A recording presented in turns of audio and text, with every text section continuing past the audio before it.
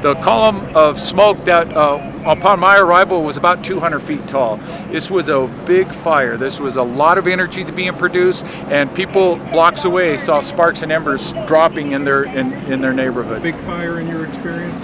This would be at the top in my career, and I've been a firefighter since 1985. As you can see, we have fire crews to the building to the south.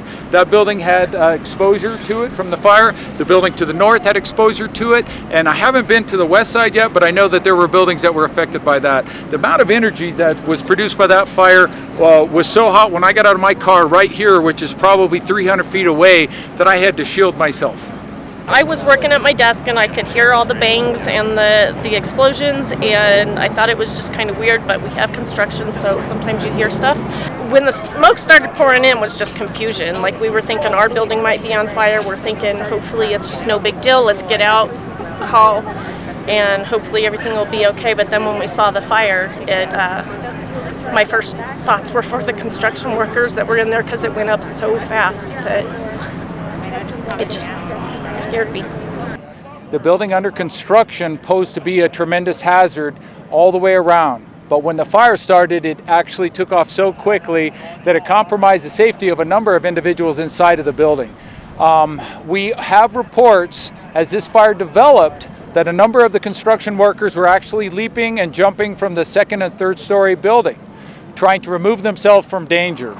Our firefighters aggressively went to work upon scene and saw that the volume of fire that we had was significant.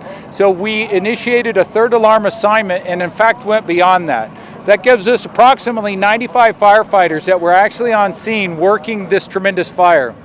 The amount of heat and energy produced, to my count, I counted over 40 cars that were demolished, that had been affected by the cars. That's not to mention the construction trucks, the other equipment that was around. It was intense heat. I wasn't gonna move my car at first, but it was so intense I had to move my car. All the windows on that side, other side of the building, all cracked.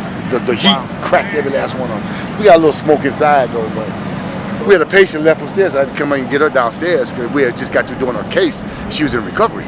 So we had to get her out of there. So we had to get her downstairs. She's across the street right now. So, it was just, everything was going crazy, But we do know that through our efforts, we were able to determine that we found one critically injured individual that was transported by Denver Health. We also have a firefighter that was injured and transported to Denver Health. And we also have about 4 individuals that have been treated for smoke inhalation, and Denver Health is also treating them as well. We had multiple floors of wood that were being exposed to the fire, and the fire took off quite rapidly. In fact, I would say if it wasn't for the efforts of the construction workers and their efforts to look out for their own colleagues within the building, and in addition to trying to do their best to reduce the amount of damage, it could have been a lot worse, and we could have had far more buildings affected.